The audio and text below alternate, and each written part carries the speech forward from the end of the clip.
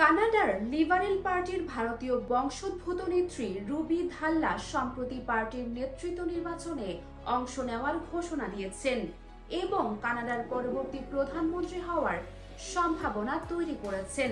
পাঞ্জাব থেকে আগত এক পরিবারের সন্তান হিসেবে কানাডায় জন্ম নেওয়া ধাল্লা প্রথমবার 2004 সালে হাউস অফ কমন্সে নির্বাচিত হন। ঠিক তার আগেই মুক্তি পায় তার অভিনীত একমাত্র হিন্দি সিনেমা রুবি ধাল্লা, যিনি এখন 50 বছর বয়সী।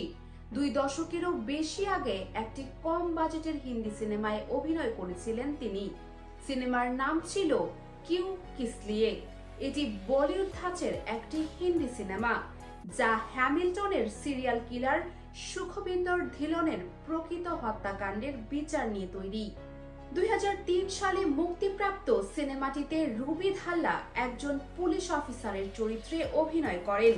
পরের বছর তিনি ব্রামস্টন স্প্রিংডেল থেকে পার্লামেন্ট সদস্য হিসেবে নির্বাচিত হন এবং 2011 সাল পর্যন্ত তিনি সেই পদেই ছিলেন। এই সিনেমার ডিভিডি রিলিজ ঠেকানোর জন্য ধাল্লা অভিযোগ করেন সেই সিনেমার প্রচারণার জন্য তার ছবিগুলোকে বিকৃত করা হয়েছে, তবে তার প্রযোজক চরণজিৎ সেহরা অভিযোগ অস্বীকার করেন।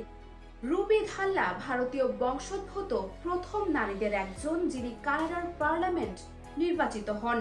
2006 এবং 2008 সালে পুনরায় নির্বাচিত হলেও 2011 সালে পরাজিত হন তিনি। রাজনৈতিক জীবনের পাশাপাশি তিনি মডেল এবং হোটেল ব্যবসায়ী হিসেবেও কাজ করেছেন। 1993 সালে মিস ইন্ডিয়া কানাডা প্রতিযোগিতায় রানার আপ হয়েছিলেন তিনি।